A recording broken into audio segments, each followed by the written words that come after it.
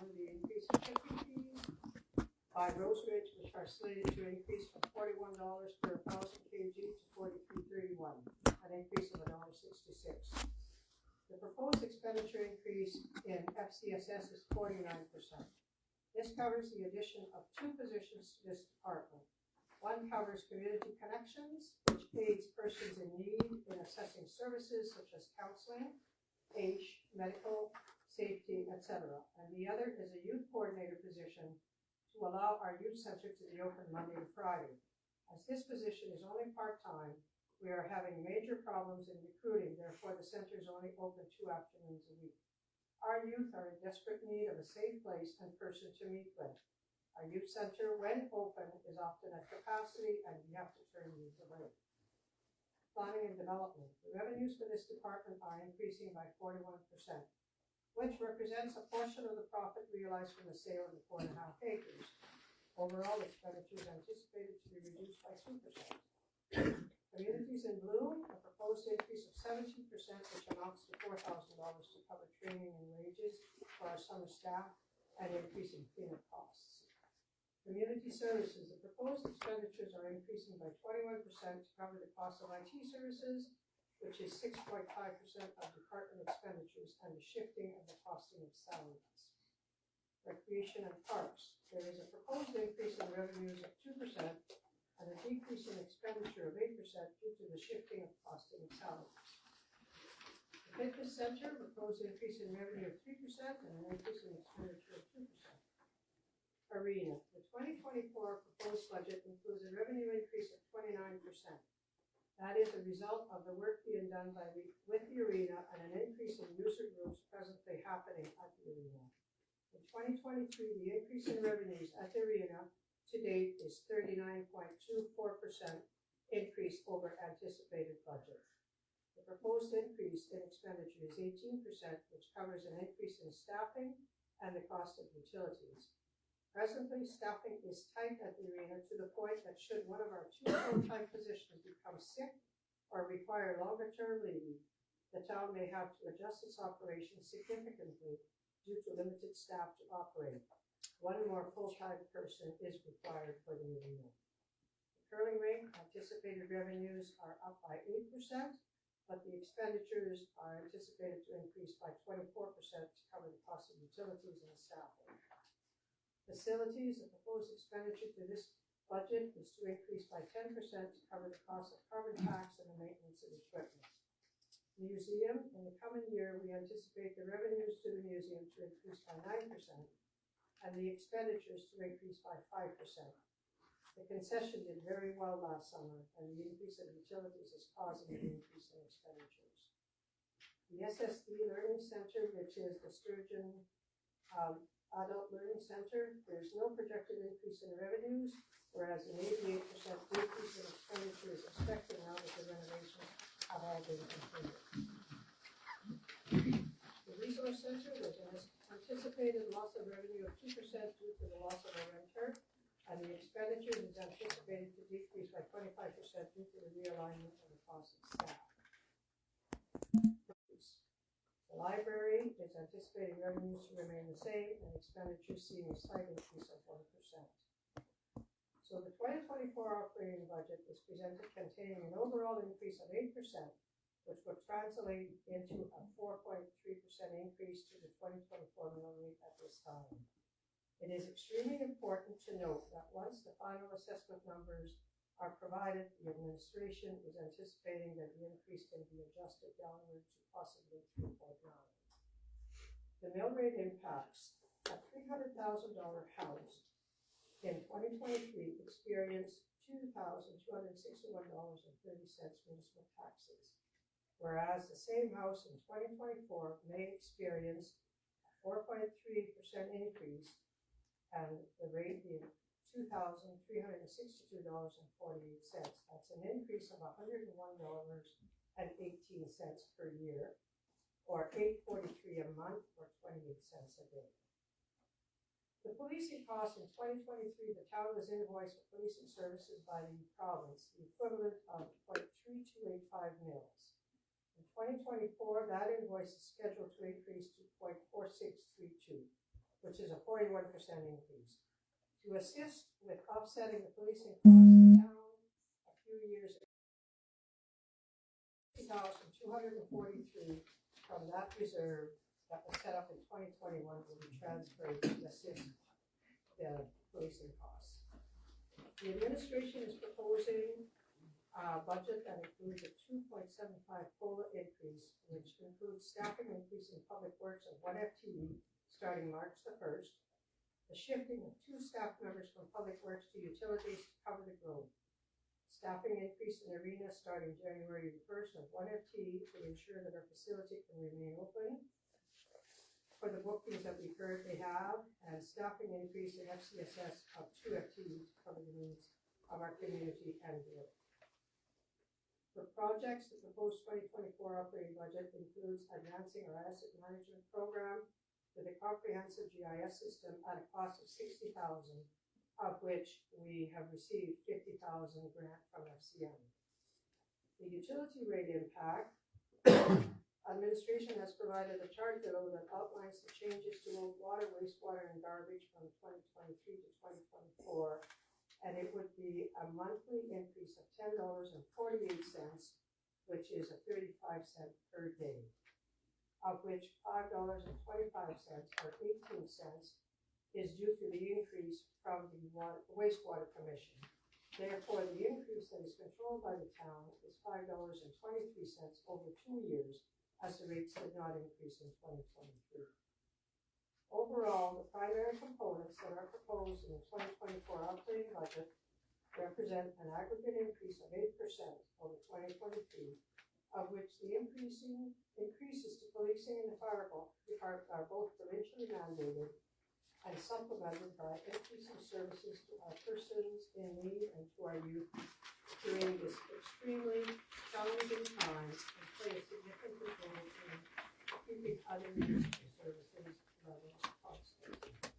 Heartland Station has had a big tax impact for 2024. The sale of the 4.5 acres, also known as Heartland Station, has generated over $480,000 in profit and another $164,635.78 in new tax dollars, of which totals 19% of the current tax budget. Without the Heartland Station project, the resulting tax increase would have been 19.35%. This development is projected to help benefit each of Gibbons' average homeowners by, give or take, around $345.42 per year in taxes, plus maintaining the service level which they are today.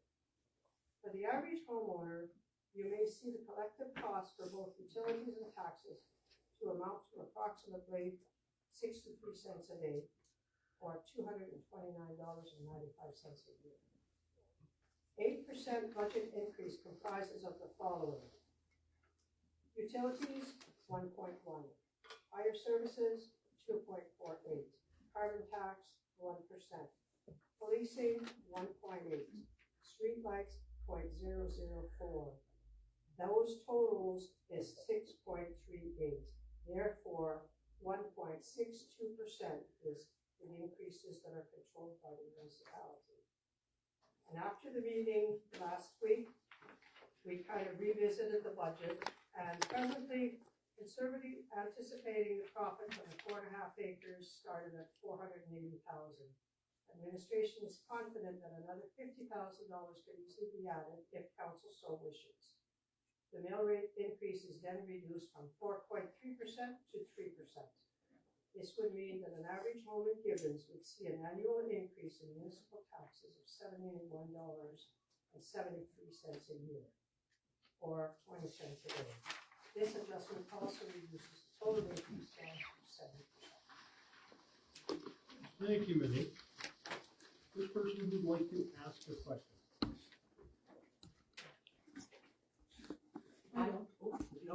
Go ahead. Our questions come on Wednesday, Amber. No problem. I just wanted clarification for terminology, that's all, but I can wait. Hi, Monique. Thank you for explaining that. Very good. I just have a question on number 2, the overall budget approval for all these towns and cities mentioned. I noticed most of these cities are a lot bigger than Gibbons, and I'm wondering if you have any comparables to towns more in the size of Gibbons, like Redwater, Athabasca, something like that.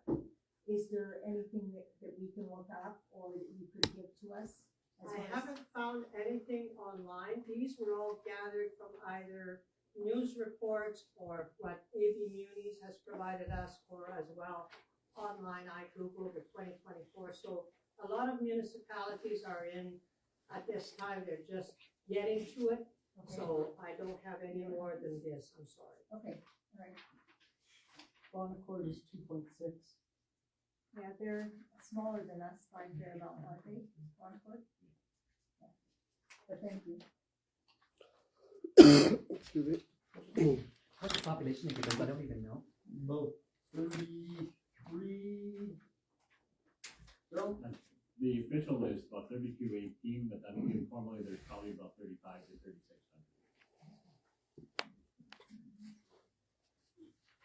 Do we know Bonaccord? 15. 15, 18, something like that. Yeah, they haven't grown exponentially in the last 15 years. Anybody else? I have another question. I'll Sure. keep going because these girls know me quite well. Okay. Okay, general administration, the budget increase and 11% increase to cover the replacement of the CAA. Could you just explain that a little bit more, what that means? I'm a little bit confused.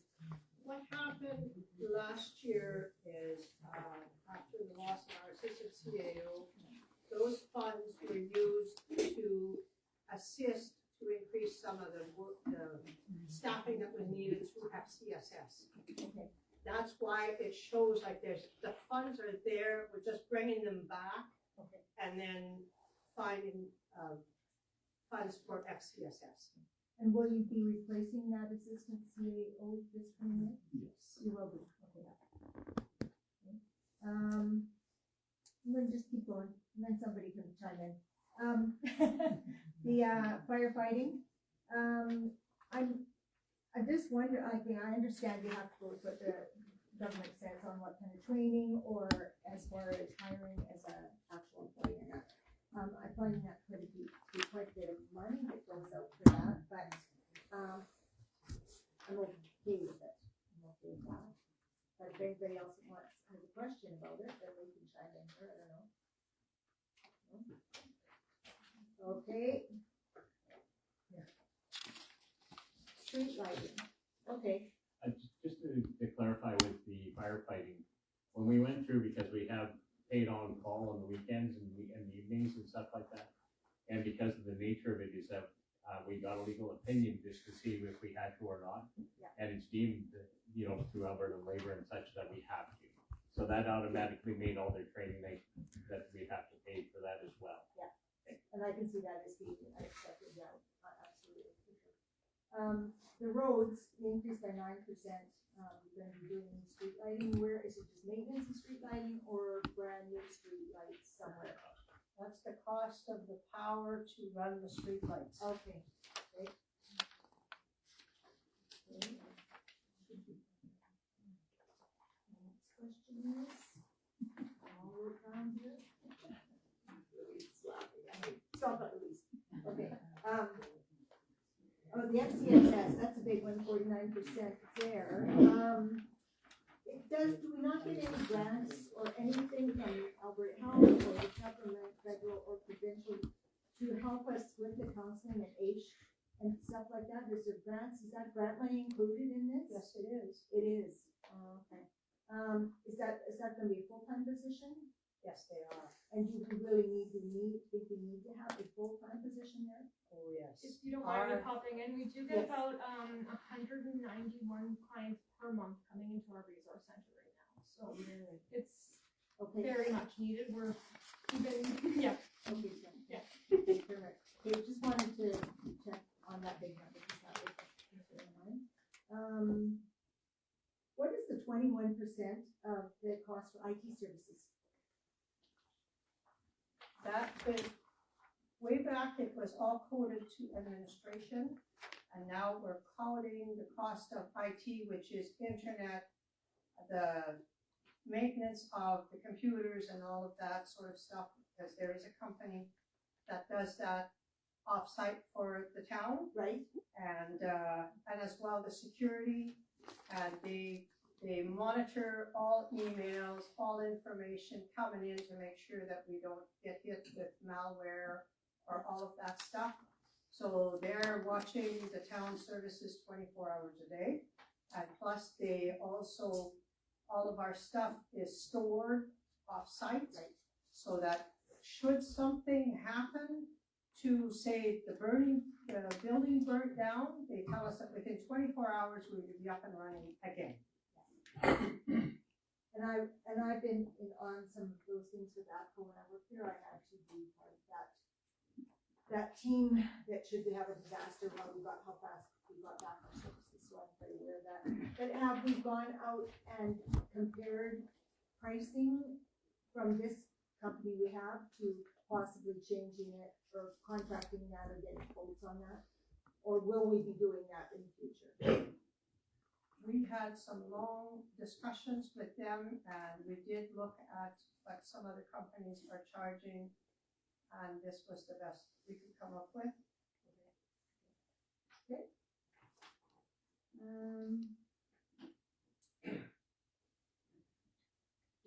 I just have one question. Who's the company that is doing the IT services? Trinus. I'm sorry? Trinus? China's technology. And is it off-site in Edmonton or They're based out of Stony Plain. Stony Plain? Yes.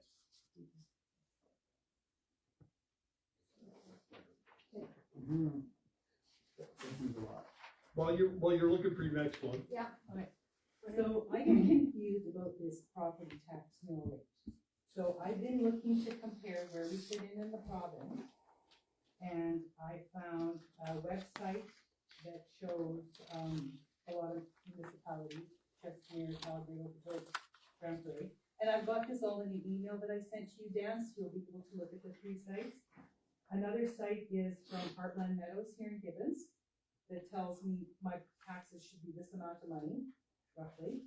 And I'm comparing to the example in here. So this example in here, my taxes should be $2,300 a year. And this, based on the $300,000 value. yeah, my property value according to my property tax notification is less than that, and my taxes are $600 more. So I'm trying to figure out with this budget, how is it gonna increase when I can't even balance to this example in here? So part of the problem is, if I go to the different sites, it'll say this is the property tax rate. If I look at my tax notice, I don't see a tax rate. I see 3 different percentages, something's blacked out, something has to be added up. So what I'd like to see is a 1-page handout. Taxes for dummies, that you can stick in with our letter, or I can fill in my assessment, I can fill in my percent, and I can multiply it myself. You bet. Because I'm comparing apples and oranges. I have to trust this is all can be recreated. Yes. I can't recreate it. Well, one of the key things on the Heartland Meadows, it also includes the school portion of the tax, where this is just a municipal portion. Right, and I understand there's Yes. different Yes, components there to is. it, but I can't follow anything. So we certainly can do a 1-page and create a tool that you can just plug your numbers in and you'd be able to Yeah. calculate out and get the actual result, that's consistent. Yes. We can certainly do that. And so if And for everybody. and if I see, if I go to another website that tells me what the property tax rate is in Grand Prairie, then I should be able to use our tool and compare, so I can say, well, I live in a town where my taxes are better than blah, blah, blah. Because then it's not a surprise, and then people don't make assumptions. Yeah, because I think one of the key things as well is that each municipality, depending on where they are, they have different associations and foundations that have different requisitions that they add in versus what we add in. And some have an administrative cost, some don't. So there's a variety, but if you actually had similar things, you'd be able to plug in the numbers. You're just looking for consistency That's right. that way. I know I gotta pay school taxes, but I think we need this transparency Yeah. to help us understand what we're paying for. Yeah, you bet. we have no problem doing that. Perfect. I didn't send the email to everybody, I just sent it to. I've got it, I can share it, no worries, Perfect. Anita. Thanks. Yeah.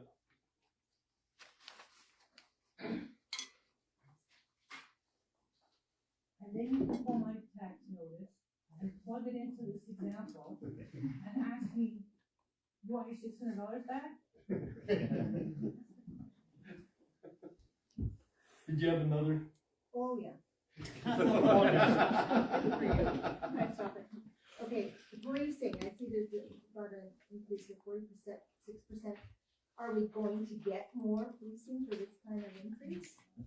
Can I honestly answer that? You honestly do that? No, Why? not in, because the provincial government, what happened a few years ago?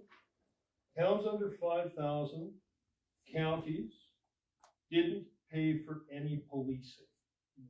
They decided you're going to pay for policing, the policing we have, and they levied it upon us and they were able to keep their tax rates down, and what they really did was downloaded the percentage. And what really makes me angry is they gave $8.4 million to the city of Edmonton this past week for 50 new officers. We're not seeing 50 new in the Morinville area or in the next 3 counties over. And you're gonna see 50 more in Calgary too. That one, and we brought it to the government with Alberta Munis and other things. But if you wanna bother our MLA about some of our taxes that we're paying through the town, because it causes us to raise tax rates, because they say you have to pay the bill. Premier@gov.ab.ca. There you go. So Mayor Dick, on that then, in the days gone by, like 45 years ago when I first came here, we had our own constable in town who did the policing. And would it be to our benefit to go back to that? We contract with Morinville to do the bylaw services and some traffic enforcement. The overall cost, we would, unless we formed a municipal police force and had a trained police officer as opposed to what used to be a special constable and now is a peace officer, that's all they could do is bylaw enforcement, radar, and things like that. No, and the cost would be extremely prohibitive to hire a single police officer to man it. And that comes from my old life. I employed 40 peace officers.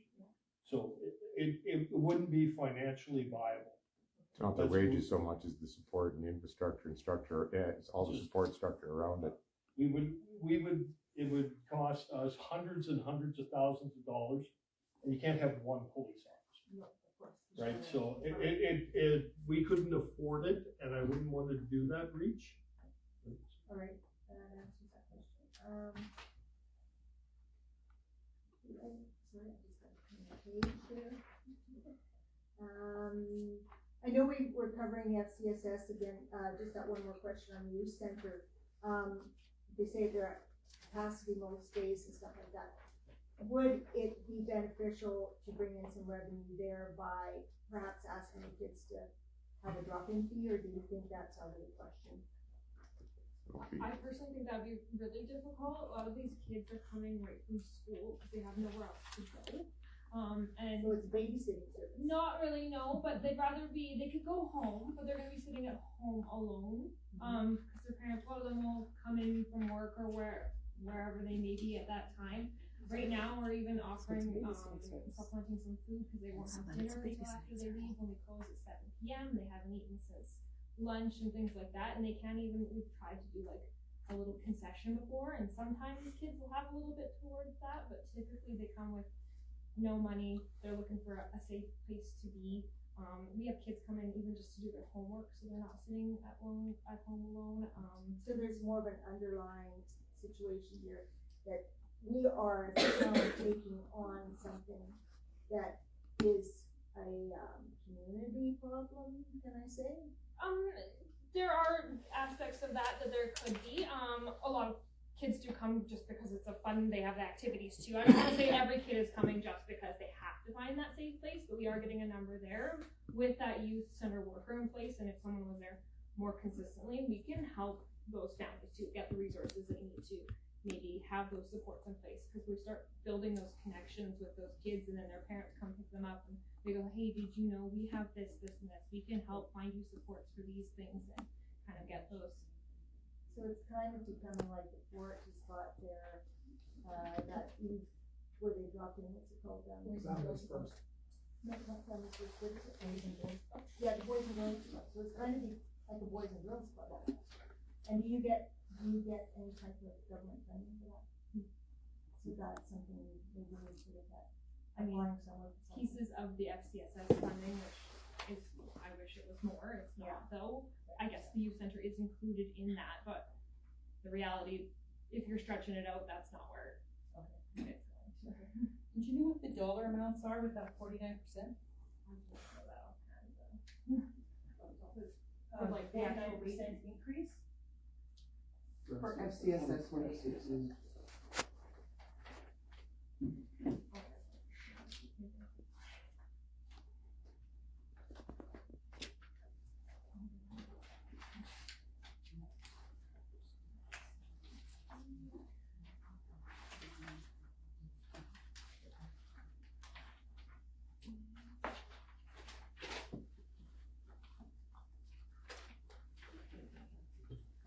Last year, we budgeted $297,868.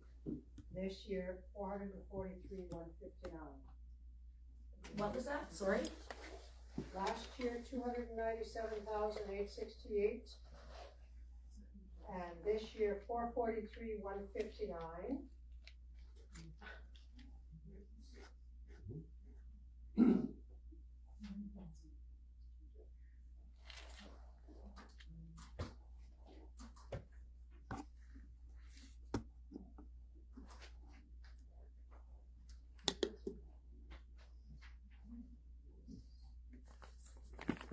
Did you have one? Oh, yeah. I Okay, let's just go. like to make a sure. comment. Yeah. I think, money spent on children is a really good investment. It takes a village to raise a child.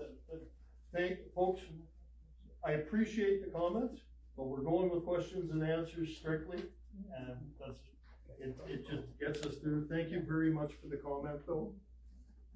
I'm just wondering, can you tell me the total number of employees in the town who are under the town Gibbons umbrella as compared to towns of a similar size? Do you have any of that information?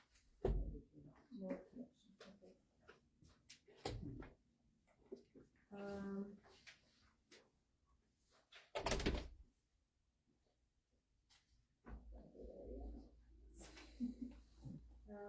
That's good, all I got. Nita? Curtis? Anybody? I guess, just Sure. quick question there. So the FCSS, that's Family Community Services? Yes. So what does that run? Like the food bank and the youth center and, I'm not 100% sure, I don't. So we have our family resource center, which does house the food bank. We have student adult learning, our actual FCSS manager, as well as a community connector position, which is information referral, and a community building position, which works with our community groups to get going together. That's a fairly new one. Okay. Our youth center is also included in that. Many of our special events are included in our FCSS as well. So any of our free family day events, Okay. hometown weekend, all of those are included in that. Okay, yeah, that's kind of what I'm wondering, like, you know, it basically what I was trying to find out, I mean, if you know, it's all of a sudden 50% increase, then like, oh my God, right? But if those are the things that make the quality of life in the town better, and, you know, it helps us raise children that are better, and, you know, more secure, and, you know, I'll be honest with you, if I only collect on a farm, so I can't do anything in the open regarding children or anything like that, but $100 a month towards feeding Any people. more I questions? think I would do it. Sorry. So, Sorry to cut you off. no, 100%. I just want to know what it did, that's all. Any more questions about what's on the slate? Please. So, I'm sorry. No, please. No, it's not on the slate. Okay. This budget, as best I could figure out, shows a $3.5 million operating loss, a $4.3 million capital plan, and the current debt limit of the town at $9 million, which is 95% of our allowable debt. So I'm trying to do the math to figure out how a $3.5 million loss, a $4.3 million capital plan, and an existing $9 million debt are going to be serviced this year. It's not a $3.5 million loss, the $3,511,739 at the bottom, that is what is required to levy for taxes. So our taxes are $4 million a year. 3.5 million. Okay, based on the 2022 financial statements, taxes collected were $4 million. That includes the school, I presume. What was collected for municipal taxes was about 3.2 million. So this 3.5 is offset by municipal taxes? Yes. Okay, so that's why you're looking for the increase in the $220,000 in taxes for this year, the 5%, right? 4.3%, yes. Sure. Okay, so then that still leaves the 4.3, so we're basically saying we're at a break-even point for operations for the town for the year. And then, but we have a $4.3 million capital plan. And again, still $9 million in debt. So how is that capital plan being financed? The capital plan is an interim budget, and there's 2 items on that capital plan that have been previously approved by council. The others will not go ahead, and most of them are either covered by grants. If the grants are not received, then the capital activity does not take place. And the final capital budget will be before council once we find out what the grants are from the province and what, if the town is accepted for some of the other grants that we've applied for.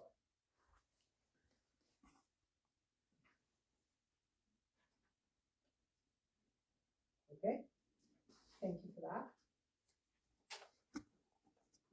I have one last question. Sure. The statement was made that the Heartland Common project raised 400 and, I'm sorry, I've lost my sheet, but it's either 460 or 480. 480, thank you very much.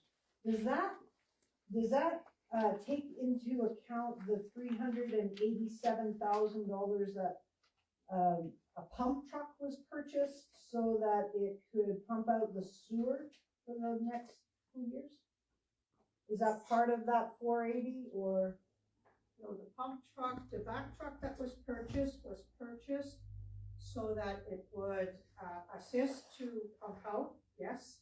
Because otherwise, in order to rent a truck to get that done, it was gonna cost $1,000 a day. So $365,000 would have cost in lease amounts to pump out that system.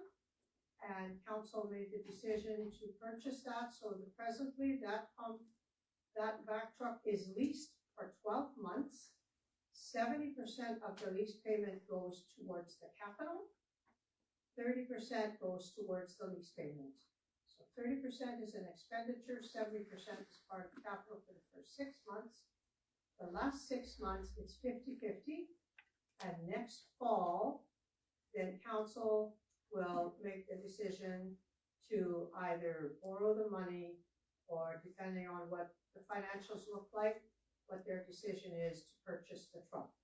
There is a big cost saving to the town because this year we had some major backups and overflows at the pump stations down behind Long Riders, that costs the town $80,000. Should that happen this year, the town has its own equipment, its own personnel to look after it before the sewage ends up in the river, and then the town is fined by the province way more than that. No, I understood. My question was, is the $387,000 captured in the profit of, that we're stating for Heartland Common? Actually, if I could, is actually most of that cost will be recovered by the charge against the businesses for use of collecting the sanitary. That'll be built into the cost as well as future development. It'll also be billed out on an hourly rate there as well to offset through other revenues that will come in. That's how that's going to be recovered. And actually, no, that's not factored into the net profit. That's actually built into the operating cost that will go on for that MLP service there. Because right now, an ASP is just an operating cost, not a capital cost. Are you saying those businesses aren't on sewer and water? Not yet. They're on temporary right now. We're actually working on a larger sanitary sewer and freshwater program. Like a lift Because we need to station service for that. another lift station? No, it's actually just a pump out, but in the future development, it'll also have some upgraded pump system. Because we're looking at servicing that entire south area.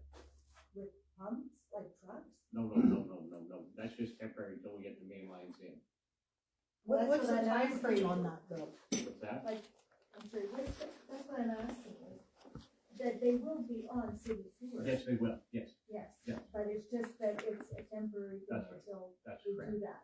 That's And correct. when will that be? Well, we're hoping to have it be actually completed by next December. Okay, and then on, you won't need that truck anymore? Well, no, we'll be able to use it for other services and backup as well. Okay. Sorry, didn't mean to interrupt you. No, ma'am, Okay. we were just. Go ahead, Anita. Okay, for roads, I see some back alleys were paved this last year, we got some asphalt. Is there anything in this budget for more paving of back alleys? It'd be in our capital plan. That's not our operating. So what is the The plan plan for here. that? What we're planning to do with the lanes, I'm trying to be fair to the whole town, so it started on that side, then I went over on that side, and this side we're back here. So I'm doing whatever I can squeeze out of capital per year, and picking lanes, myself and Curtis will decide what lanes we're gonna do, and we carry on. Over by your place, there's a lot of, underground there, and to go through there, you can only do a short piece. By the time we find all the curb stops, all the main valves, all the gas lines, all the sewer water, yeah, that costs more money than the damn asphalt. Yeah, so we're slowly picking lanes and doing pieces at a time. Eventually, I can't tell you how many years we plan to have every lane taken. So if it's gonna take another 10 years to do it, is there a sequence where I can see where we are on the list? Because we have such issues in our alley with holes and skating rinks and plugged, I'm gonna call it a manhole, but you're gonna tell me it's called something else. A personal hole. Catch basin maybe, I don't know. No, they're manholes. Manholes, They're, whatever. Yeah, so we have a lot of issues in our alley, so how do I find out where we are on that list? That is, really, like, we didn't complete last year because the weather prevented, so we gotta finish there next year, so I can't really give you a projection of what year you're gonna be done, and then it depends on capital. Well, I'd budget. still be alive. You won't be. Hopefully, hope so. So that's not as part of this budget. No, It's it's like not. It's ongoing not. maintenance. Yeah, it's ongoing, but it's capital. Ongoing maintenance is just grading and putting gravel down, trying to keep up. Would it be possible to budget in some services on the technology side to people in Gibbons School through technology sort of guides to kind of occupy their skills towards the computer? At the school? More so facilitated to directed towards the community center.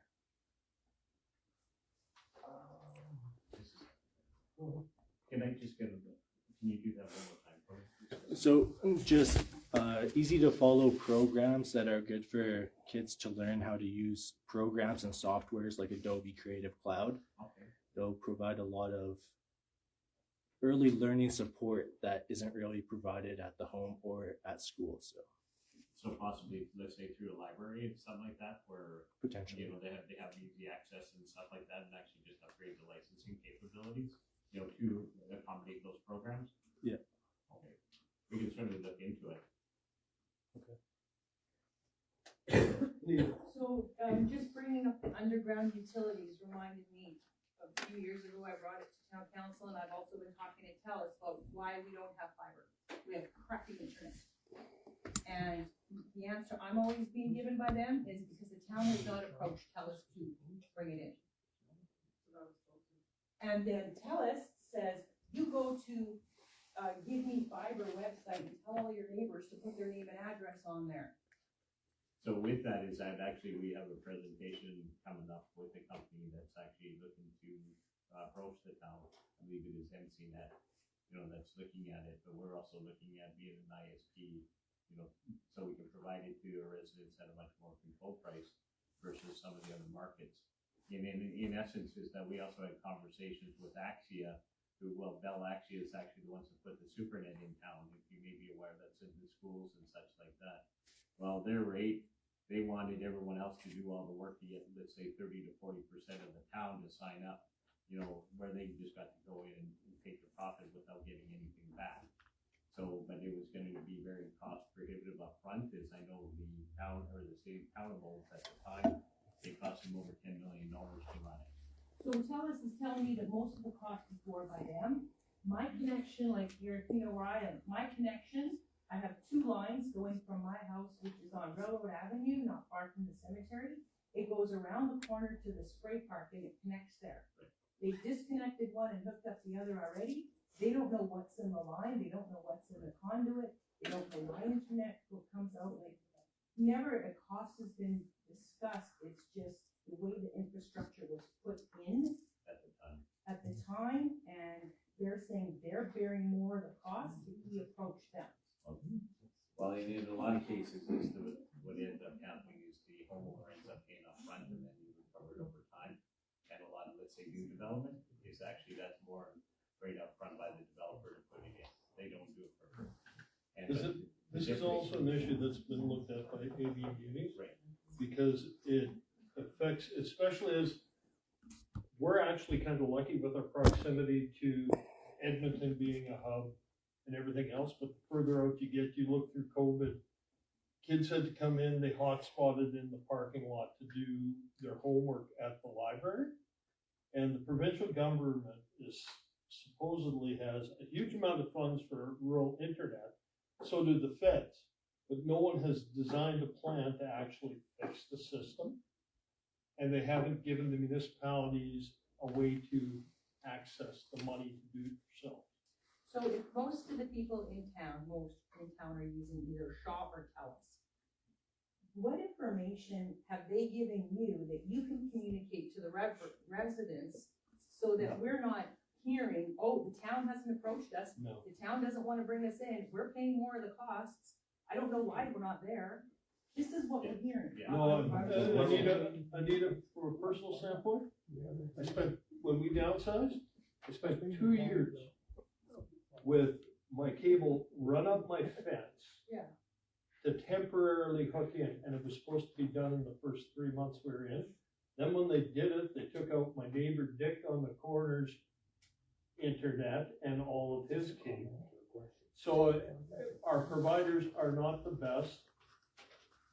And it's the devil we know right now, but there are other options, as Farrell said. We're gonna have a presentation fairly soon. Right, so is there a way that, TELUS gives you one story and you communicate that to us?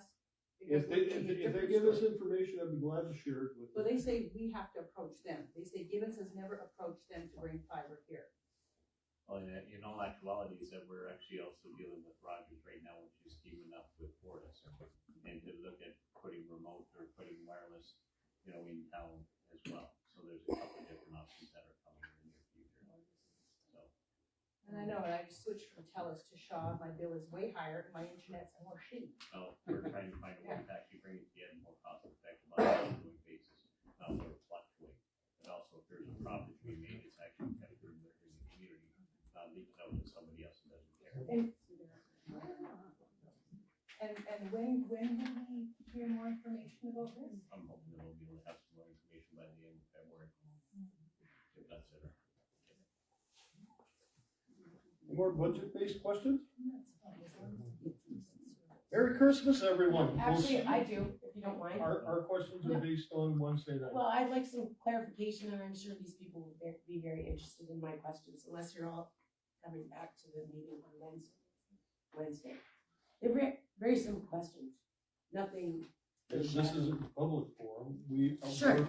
We're supposed to be asking Somebody this asked on Wednesday. how many full-time employees that we're hiring. How's that? No problem. How many full-time employees are we hiring? Are you wanting to know how many full-time employees that we're looking to hire? There's actually 2 in the FCSS, I believe. We're looking at 1 at the arena, 1 in public works.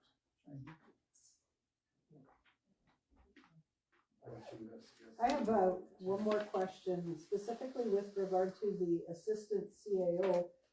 All other town employees, you're looking at a 30% increase, cost of living increase, no issues there. But on the assistant CAO position, you're looking to increase that position by 11%. And I believe it was indicated that that position, all of the funding is still sitting and available for that position. It was just moved over to the FCCS for last year. So why is it an 11% increase for that position and 3% for the town employees as a whole?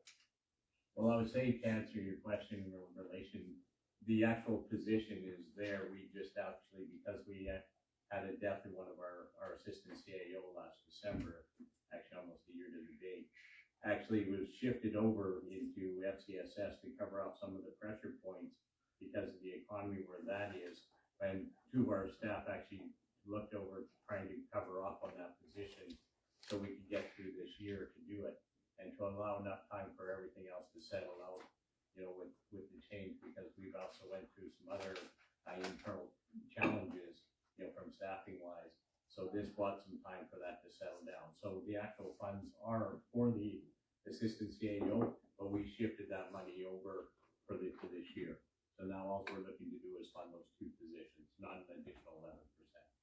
But that's what's written here. Yeah, no, I understand how it's written.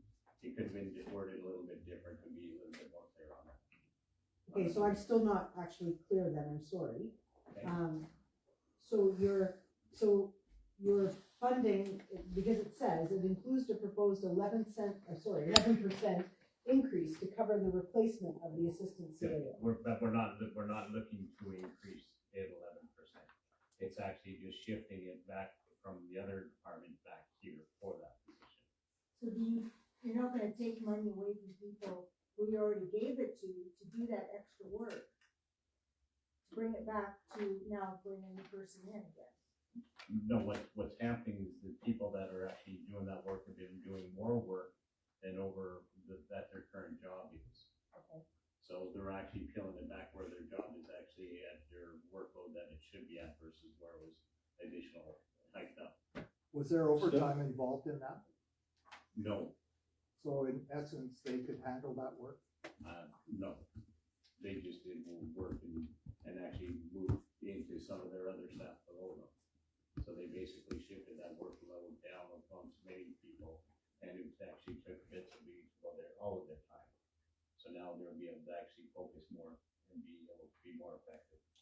Steph, you had something to I say? think just to clarify that too, is like part of the reason we're asking for the higher funding at FCSS is because that money is now shifting back to the CAO position. So now we need that money back in FCSS to make sure we have the proper coverage in there. So I just wanted to clarify that.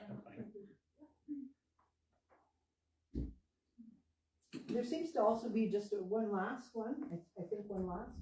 And then I apologize, I jumped in on top of you. under administrative expenses, there's a contract in here, and this year, the actual expense is $125,000, I'm keep writing around down. And, next year, it's $175,000, so what's that extra $50,000 for?